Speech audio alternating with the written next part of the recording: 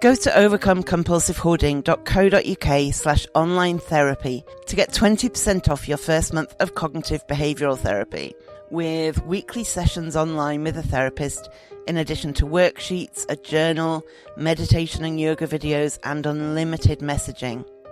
There's strong evidence that CBT can help people who hoard, and accessing therapy online can be affordable and accessible.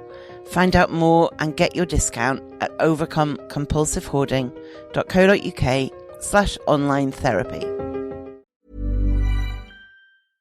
Cool fact, a crocodile can't stick out its tongue. Also, you can get health insurance for a month or just under a year in some states. United Healthcare short-term insurance plans, underwritten by Golden Rule Insurance Company, offer flexible, budget-friendly coverage for you. Learn more at uh1.com. Think of all the sleep hacks you've ever heard. You could spend years trying them all, or you could instantly transform your sleep with Bowl and Branch. They make the softest, most breathable bedding you'll ever feel. And it's all 20% off. That's their best sale of the entire season. Millions of sleepers love their buttery soft sheets, airy blankets, cloud-like duvets, and so much more. And you can try all of them for 20% off with promo code BUTTERY20. So hurry to bowlandbranch.com today. That's BOLL and branch.com. See site for details. Hey, I'm Ryan Reynolds. At Mint Mobile, we like to do the opposite of what Big Wireless does. They charge you a lot. We charge you a little. So naturally, when they announced they'd be raising their prices due to inflation, we decided to deflate our prices due to not hating you. That's right. We're cutting the price of Mint Unlimited from $30 a month to just $15 a month. Give it a try at mintmobile.com/switch. $45 up front for 3 months plus taxes and fees. Promo rate for new customers for limited time. Unlimited more than 40 gigabytes per month. Slows full terms at mintmobile.com.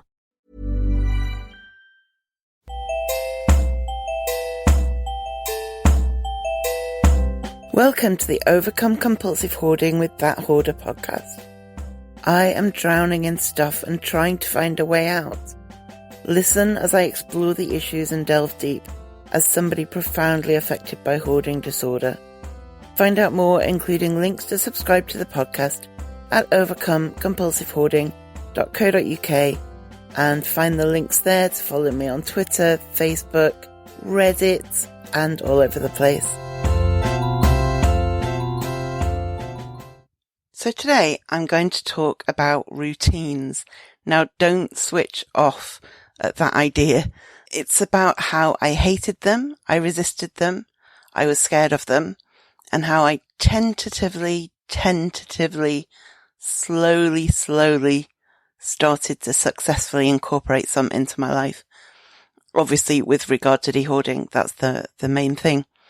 And so I have a really complicated history of routines, and most of it isn't pretty. I have a long history of hating them, basically.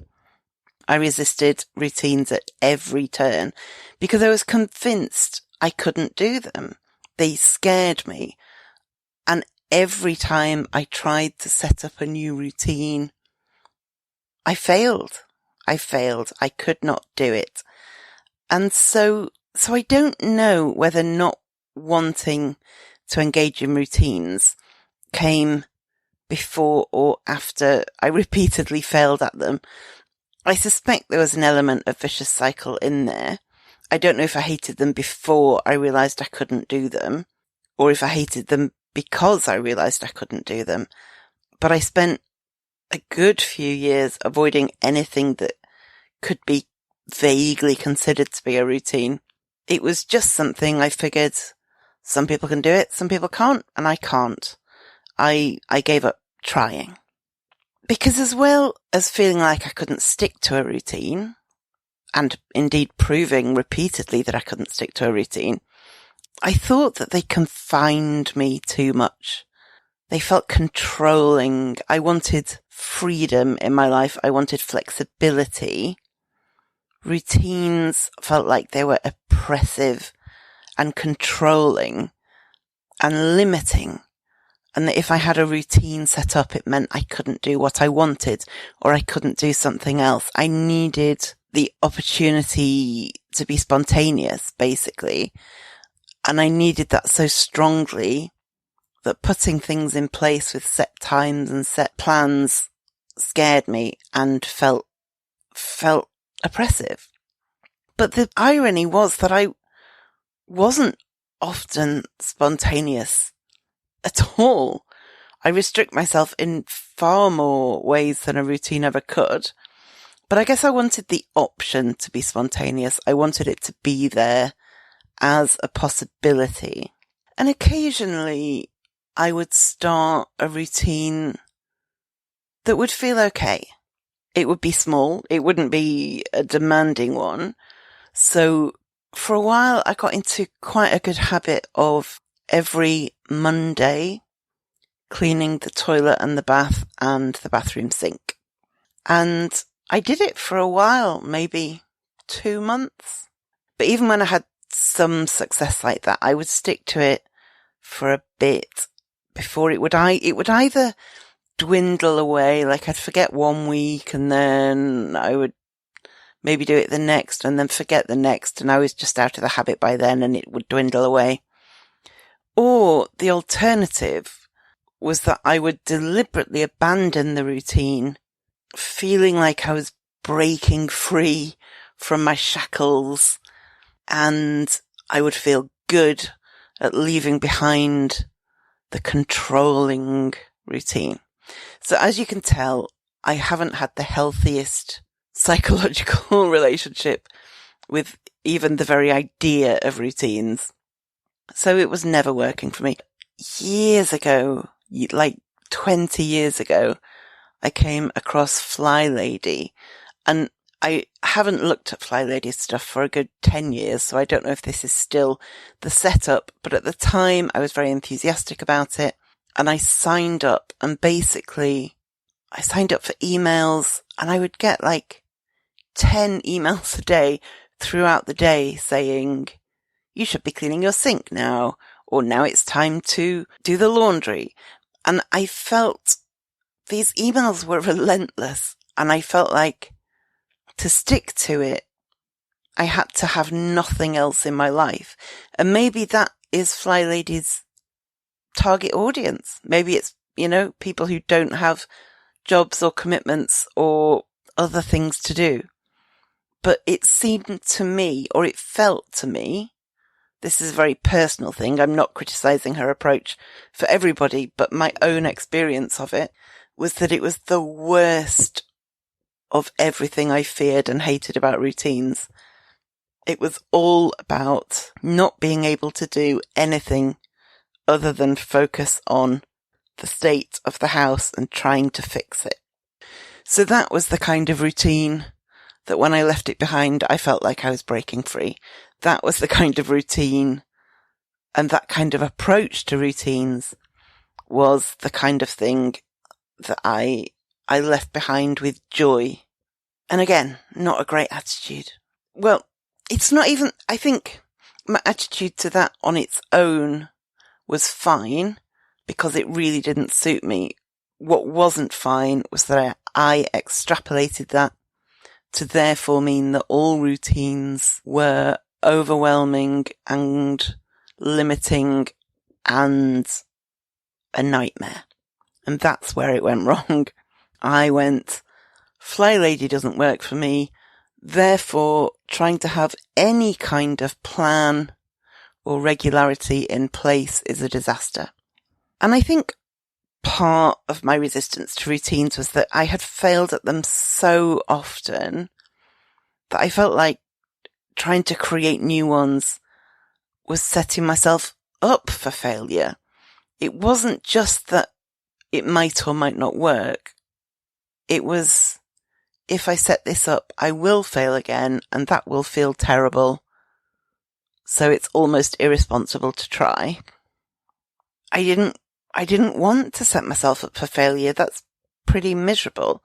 I've got plenty of things in my life that I feel I've failed at. I don't want to create more that I can list off in my dark moments as proof that I'm a failure. And so every time I would fail to hold on to a routine, fail to stick to a routine, it was like it was further evidence, basically, that routines and me did not mix. They were just something I couldn't do, full stop. I would see blog posts or tweets or TikTok videos about something like meal planning and just shudder a bit. To be honest, I still do a bit with meal planning. I really don't work in that way, but I've got no desire to plan my meals, so I don't feel like I'm missing out or failing. That's not how my appetite or my energy levels work. But I'd see people talk about things like, oh, every Monday evening I do this, every Sunday morning I do that. And I would wonder how on earth they did that. How did they manage that? How did they stick to it without hating it and without resenting every minute of it? How did they not know that if they were due to, I don't know, hoover the hallway at 7 o'clock on a Monday, how did they not dread 7 o'clock on a Monday from about 4 o'clock every week? It's so beyond the way I approach life. I couldn't work it out. And it's interesting because, as you all know, I am in a process, a long, slow process of dehoarding. And people think that there are two real ways to approach this. One is in a very planned, structured way, and one is in a very spontaneous, kind of as the mood strikes you way. And what I'm finding, having been doing this for some time now, is that for me, and I suspect for a lot of people, what works the best isn't fully spontaneous or fully planned, but a combination of the two. And doing some dehoarding, decluttering, tidying, throwing, whatever, when the mood strikes you is great. I am absolutely a proponent of tapping into that motivation and making the most of it when it appears, because I find that they're the moments I can really get a fair amount done. But if you spend your whole life waiting for inspiration to strike, you might wait a really long time to get anything done. And the thing is that once you start taking action, whether that is spontaneously or in a planned way, that can lead to more action. You get in the habit a bit. It's like when you haven't ridden a bike for years and you try and it's all seized up and the wheels won't turn. And then you stick some oil in and slowly the wheels start to turn, but you've got to keep turning them just a bit once in a while so that they don't seize up again.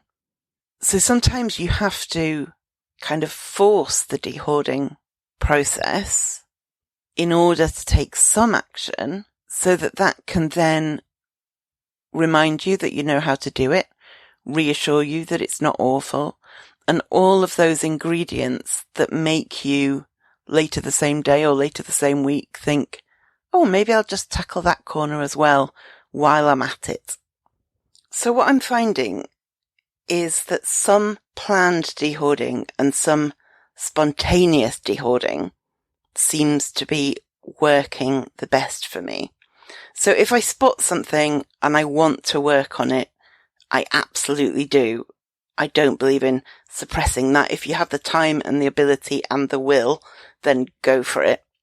But I also try to incorporate a few small routines into my days.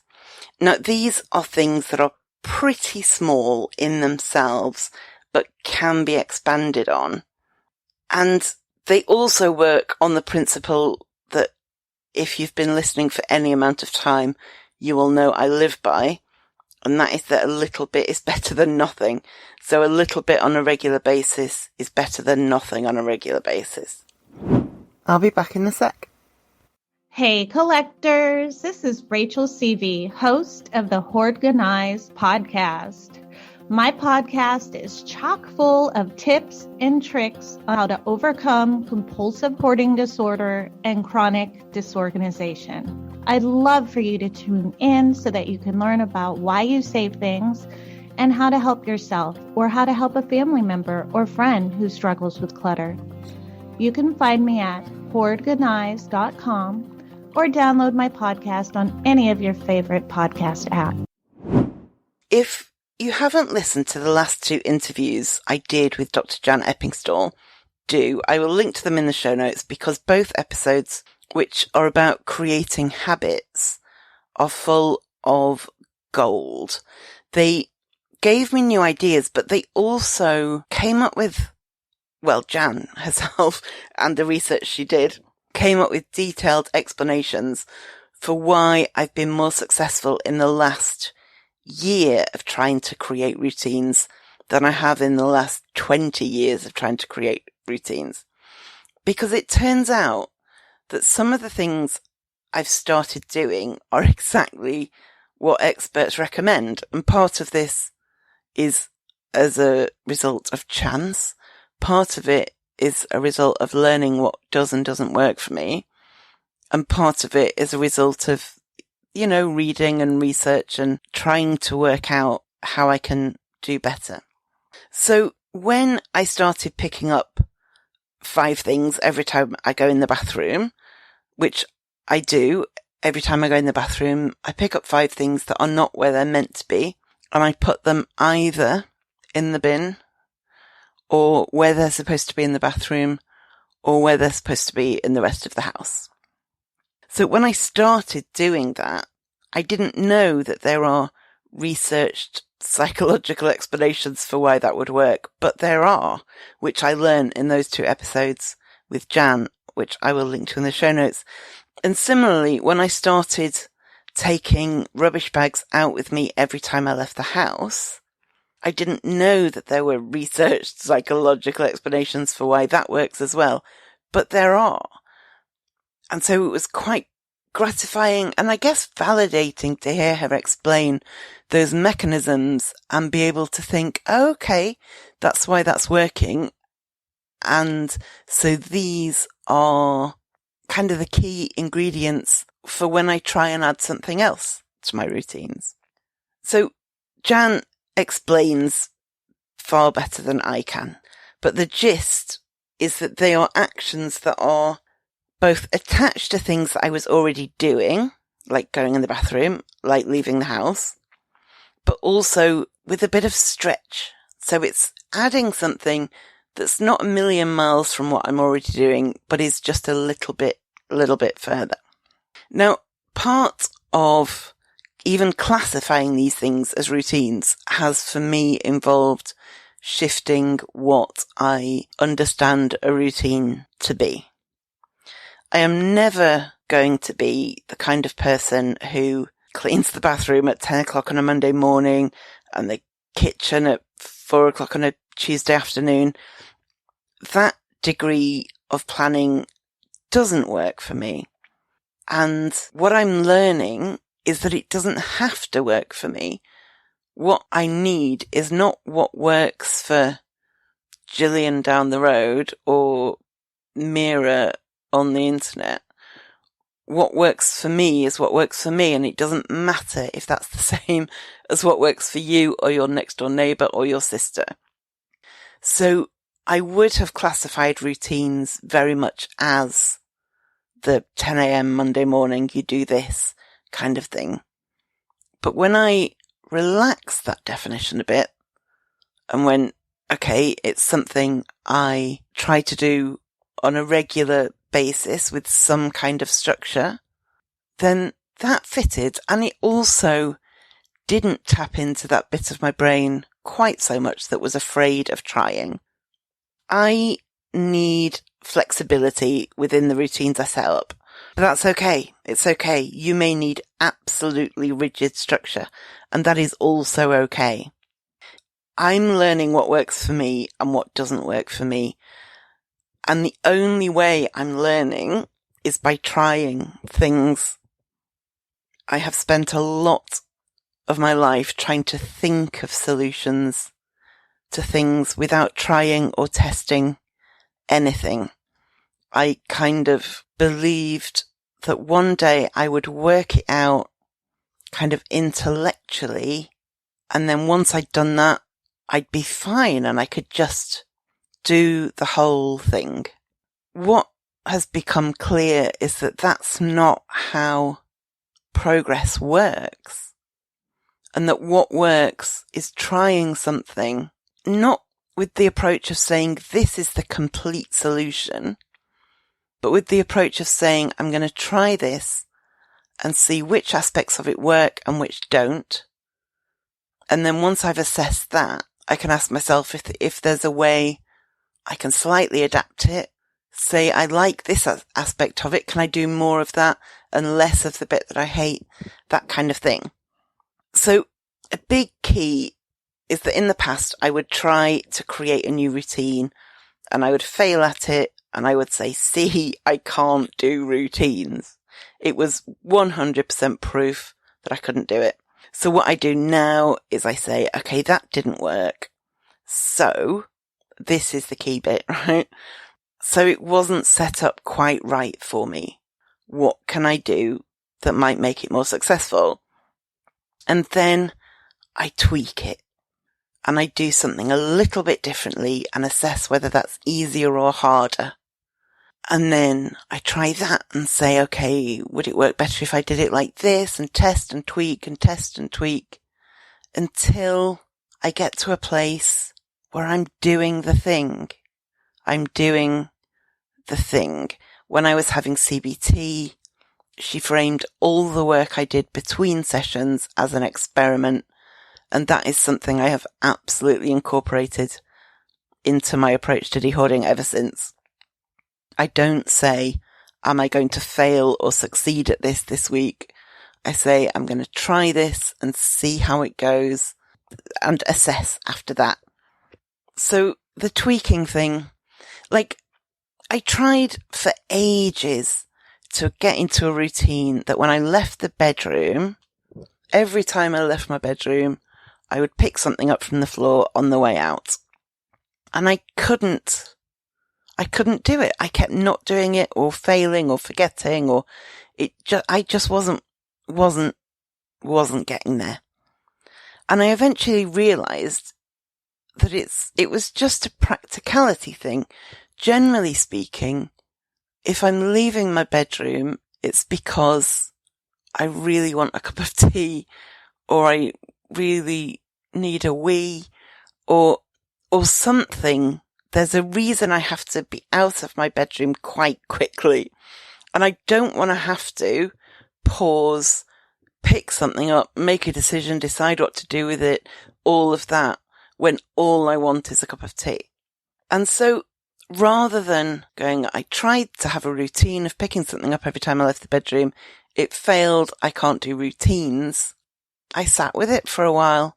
Because that's the other thing, this isn't fully an intellectual process. Sometimes you have to go, okay, that's not working and I'm not sure why. I'm going to sit with it and at some point a solution will come to me. In the meantime, try and do something different in a different part of your house. But I couldn't establish the bedroom one. And then I thought maybe rather than trying to pick something up every time I leave the bedroom, maybe I can pick something up on my way into the bedroom. This is quite a new realization. I can't fully say yet whether this is something that's going to stick and work in the medium term or the long term. And I do keep forgetting to do it, but it's working better than trying to pick something up every time I left my bedroom. And it may be that I stick with this for a few weeks and then come up with an even better way, or it may be that I stick with it for a few weeks and start to remember more effectively, and it's actually great. And I don't know which it's going to be, and I'm learning to be okay with that uncertainty. I don't have to decide today whether this routine is the one I stick with, or whether this routine is still in that process of iteration. It's still in the almost, not quite, but I'm getting there way. And if I can sit with that uncertainty and just say, I'll keep trying this for a bit and see what happens, then I'm more likely to succeed. I'm less likely to beat myself up, and I'll get there, whether it's right as it is or whether it still needs some work. So that is a good example of how getting rid of that defeatist thing where every failure in inverted commas proved beyond reasonable doubt that I couldn't do it, and instead saying, okay, what can I do that's a bit more suited to the way I live my life, means I'm tweaking and ultimately getting things I can stick with for longer. Another way that I'm able to set up routines in a way that doesn't feel controlling and oppressive is a phone app I'm using where you can set up a reminder, or as many reminders as you want, I think. And you choose how many times a day it pops up, but it does it at a random time. And so for me, twice a day, this reminder pops up that says, put 5 things in the bin. And I'm not going to say I put 5 things in the bin every time it pops up, but I am going to say I put 5 things in the bin more times than if I didn't have the reminder.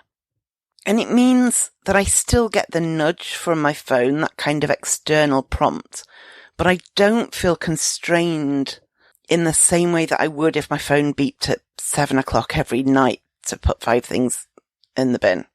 That would stress me out. I would spend all of my time from 5 till 7 waiting for the beep and resenting it and hating it and not doing it. And yeah, that's not how I work. The randomness seems to work with the kind of brain I have.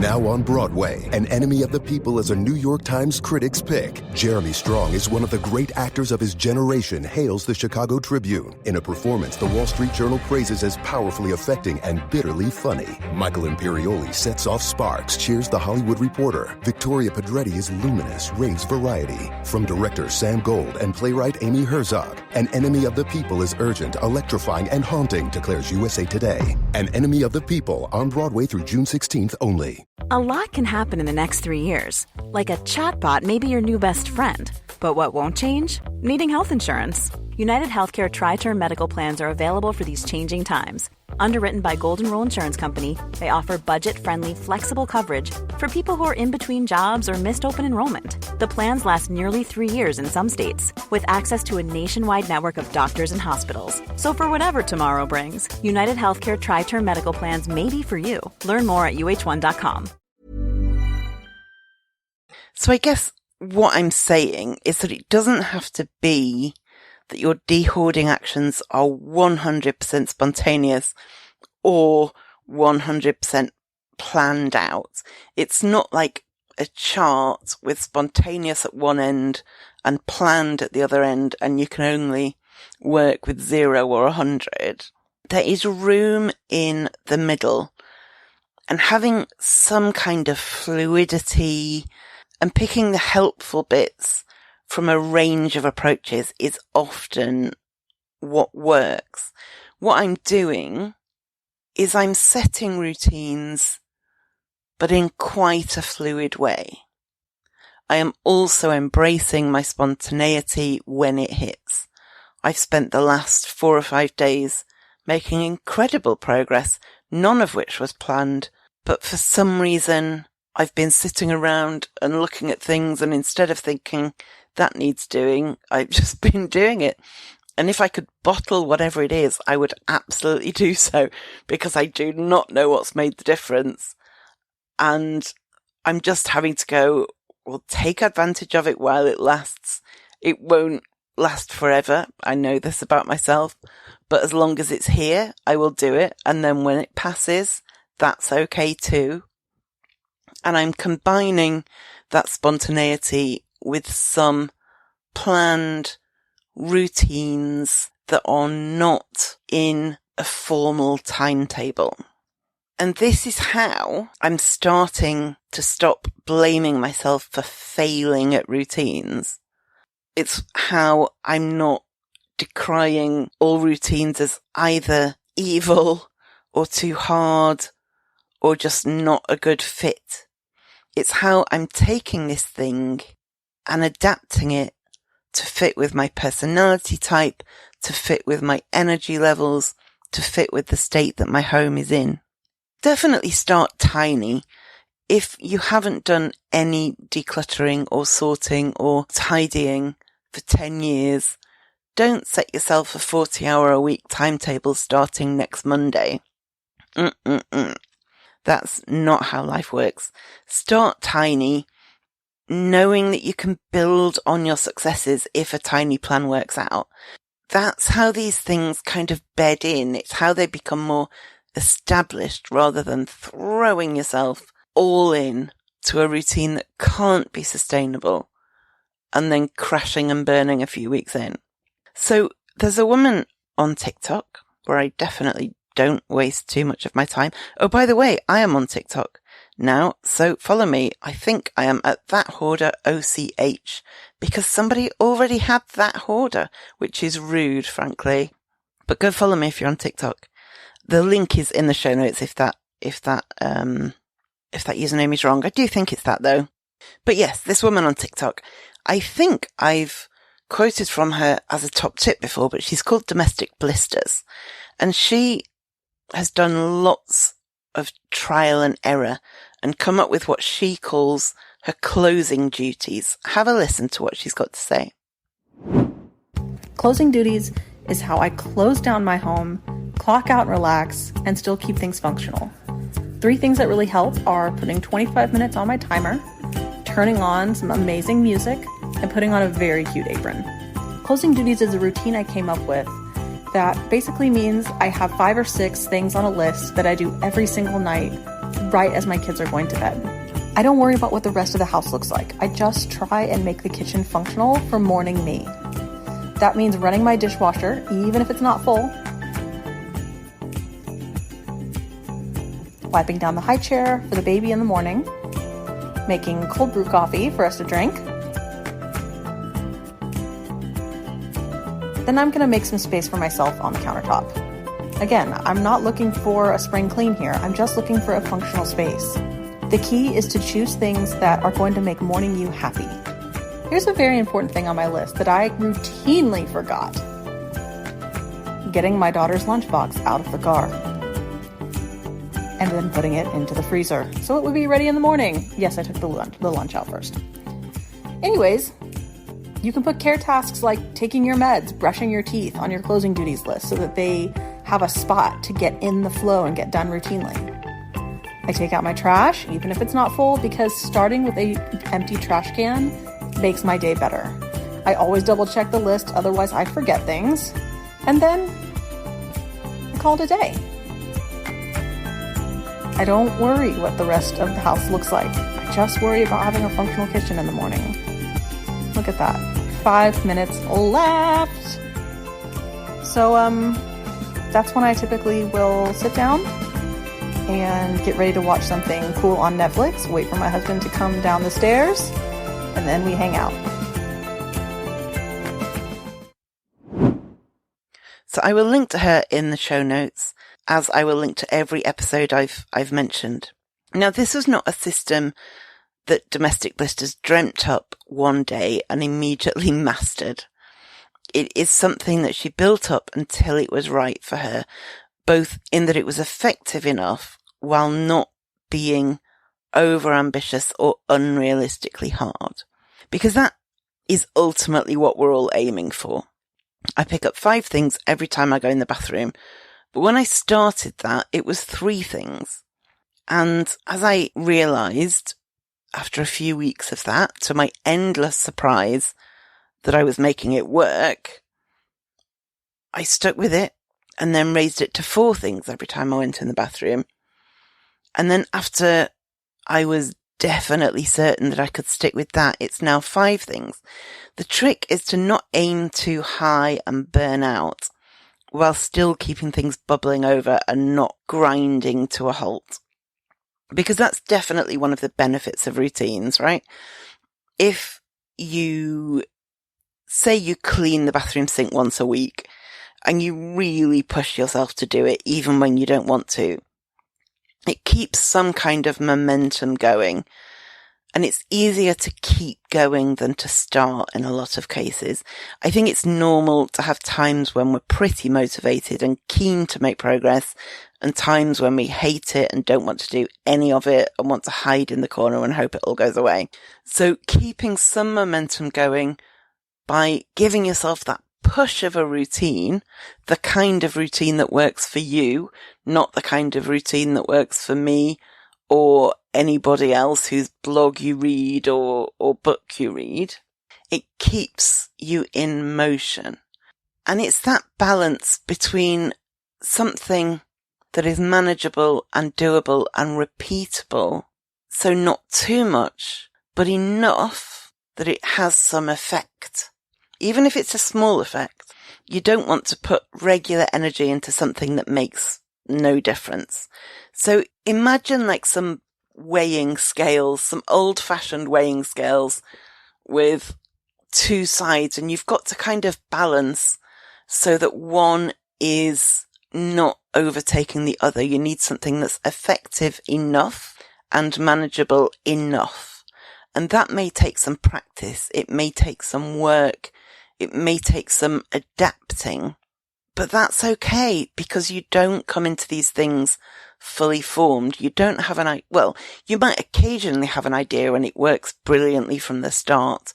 But most of the time, if you're open to, instead of saying, I tried and it doesn't work, instead of that, to say, that's not working for me. What is it that isn't working? And breaking it down so you can work out what is working and what isn't working, and then see where you can adapt it. See which little changes you can make. If the thing that's not working for you is like me not picking something up on the way out of the bedroom because I was normally in a rush, the key, or the first key, is to work out how I could do it when I wasn't in a rush. If you try to clean the kitchen before the school run every day, it's a great goal and it could have a really good effect. But before the school run is chaos. You're trying to get children dressed and find socks and remind them about their homework and get everybody fed and watered and hairbrushed. That's not the time, most likely, to clean the kitchen. And so then, if that's what you try and it's not working, you don't say, see, routines don't work. You say, okay, cleaning the kitchen every morning is great, but before the school run isn't working. Can I do it when I get back in, or could I get up a bit earlier? Or it's about that kind of shifting a bit and saying, that doesn't work. What can I try? So I'm finding, against all my expectations, that there are benefits to routines in my life. And I use the word routine loosely. I do not mean, as you'll have gathered by now, strict schedules, unless, that's not what works for me. If that works for you, brilliant. But the benefits of routines that I'm finding are that it keeps your progress in some motion, even when you're struggling mentally or physically to make significant progress. It keeps something happening. And then over time, you can either expand them, add more, or take advantage of those moments when you feel spontaneous and motivated and just do something in the moment. How do you find routines? Let me know. You can find all my contact details on the website. Say hi. Let me know your experience of routines. In just 1 second, I'll give you my top tip of the week. In the meantime, please do subscribe to the podcast, review it, 5 stars would be amazing, and share it with your friends or anyone who might be interested or who might benefit from it. It all really helps. To find more ways to support the website, the podcast, and my overall de-hoarding project, go to overcomecompulsivehoarding.co.uk/support. Now, back to your top tip. So this week's top tip is a mini clip from a podcast called Nobody Panic. It's one of my favourite podcasts. And this episode was when one of them tried out Marie Kondo. Now, I have very mixed feelings about Marie Kondo and her process, which I may one day do an episode on. But in this specific bit of the episode, they're talking about donating your things and how you can think about it if you're feeling a bit resistant to donating or selling your stuff. But I like to think when I give like something away to a charity shop or sell it on, or I put a lot of the old things on Depop and stuff, I always am happy to do it because I'm like, someone is excited. Yeah. They've spotted it and gone, oh, I want that. And that coat deserves to feel like that, because everyone deserves to feel loved. And I do love it, but everyone deserves to be worn. That doesn't everyone quite work deserves as well to be as worn. the analogy. It's such a good one. My friend Emma City was saying the other day that she had given to a charity shop a skirt that she'd like loved and worn, but like, and treasured, but then hadn't worn it for years, and had really been like, okay, gut wrenching, but like, got to go to the charity shop. And then a couple of weeks later, in the same area, saw this girl walking across the park, and the skirt it was like a long, very specifically coloured skirt, which had on it an element that Emma had customized, which is how she knew for sure this was the skirt. And she like saw it walk across, and the girl looked so proud in it. And she'd also styled it in like a totally different way than Emma would have done it. But it's like, she really felt as though the skirt like was at the end of a heist movie where like it like turned to just be like, just to nod to the protagonist and then like go its separate way of being like, yeah, let them go, let them be loved, let them go. They don't want to just live in your cupboard covered in moths, like, because you're like, oh, the memories, but like, let them go, let them make more things. And that does make sense to me. I quite often look at it that way. So it's interesting that from two people who presumably are not hoarders, that they have that kind of view of their items as well. So I will link to the podcast in the show notes. Thank you for listening, and I will speak to you next time. Thank you for listening to the Overcome Compulsive Hoarding podcast. You can find more online at overcomecompulsivehoarding.co.uk. You can find me on Twitter at @thathoarder and on Facebook at Overcome Compulsive Hoarding with That Hoarder. To find out more about how you can support this podcast and the overall project, go to overcomecompulsivehoarding.co.uk/support. And do subscribe to this podcast so you make sure you don't miss any future episodes.